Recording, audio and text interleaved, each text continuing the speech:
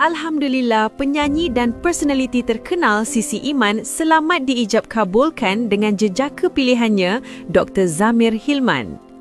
Majlis pernikahan kedua mempelai disempurnakan di Masjid Tuanku Mizan Zainal Abidin, Putrajaya pada tarikh indah 12/12/2025.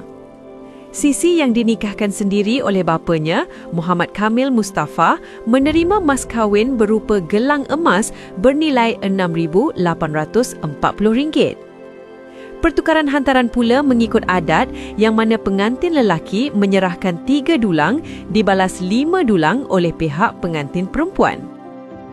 Paling mencuri tumpuan, tentulah nombor plat khas SIS 5795, simbolik nama Sisi dan tahun kelahiran. Khabarnya, pasangan itu juga menerima hadiah bulan madu ke Rom, Itali. Paling sweet kisah cinta mereka yang bermula secara tak disangka-sangka. Pada awal 2025, Dr. Zamir yang merupakan pengamal perubatan pernah merawat Sisi. Daripada hubungan doktor pesakit terjalin persahabatan yang akrab dan akhirnya bersemi menjadi cinta sejati dan membawa ke jenjang pelamin. Tahniah Sisi dan Dr. Zamir daripada Sinar Plus.